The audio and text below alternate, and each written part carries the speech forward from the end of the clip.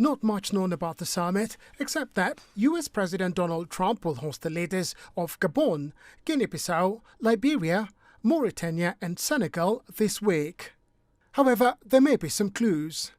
The 5 countries share one common feature.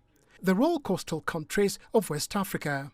According to analysts, the meeting is likely to focus on 2 areas: trade and security. In May this year, the US announced a shift in its Africa policy with a focus on commercial deals in exchange for US assistance. And it may be what these countries have to offer that's the reason they're at the table. Gabon, Senegal and Mauritania are known to have huge deposits of oil and gas, making them attractive trade partners. In Liberia, a recent survey discovered critical mineral deposits, while Guinea-Bissau is a key entry point for drugs destined for Europe, according to the UN Office on Drugs and Crime.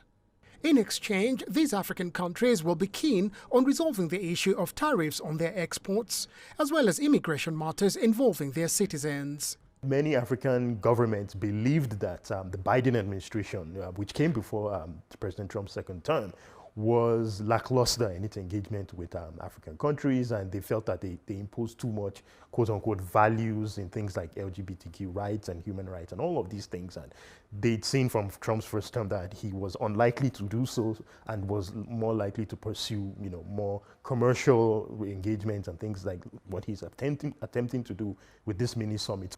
On security, the US was forced to shut down a key drone base in Niger, its largest in Africa, and withdrew its forces from Chad. Washington believes this will hamper the fight against terror groups in the Sahel region, and therefore its own national security interests. This summit may present an opportunity to re-establish a military presence in the region. There's been a desire by the US to have a presence in coastal West Africa because it's long believed that the security problems in the Sahel were increasingly moving south to the quote-unquote littoral part of West Africa. That's a concern that many West African governments themselves have had. So that's part of the drive by the US, I think, to want to engage more closely, especially with a country like Senegal, which, it's considered to be relatively stable. Should the mini-summit be successful, it could be used as a template for a broader US-Africa summit expected later this year, with issues such as the renewal of the hugely popular Africa Growth and Opportunity Act, American legislation that facilitates more trade with Africa on the agenda. Robert Nagila, CGTN, Nairobi, Kenya.